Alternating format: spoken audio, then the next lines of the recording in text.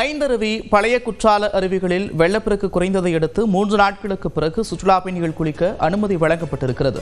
இது தொடர்பான கூடுதல் விவரங்களோடு செய்தியாளர் செந்தில் இணைக்கிறார். செந்தில், விவரங்கள்.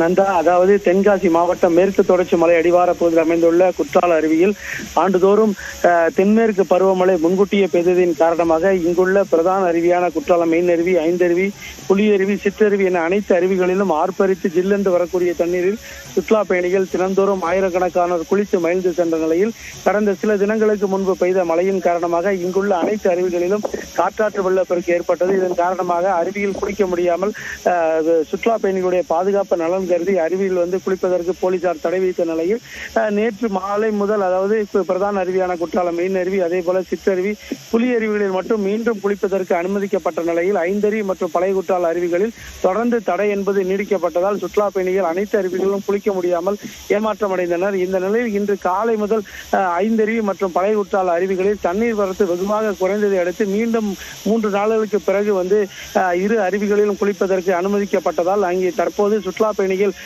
அருவியில் குளித்து மகிழ்ந்து செல்கின்றனர். மேலும் அனைத்து அருவிகளிலும் தடை என்பது நீக்கப்பட்ட நிலையில் சுற்றுலா பயணிகள் ஆனந்தமாக அனைத்து அருவிகளிலும் குளித்து மகிழ்ந்து செல்கின்றனர். நன்றி செந்தில், விவரங்களுக்கு.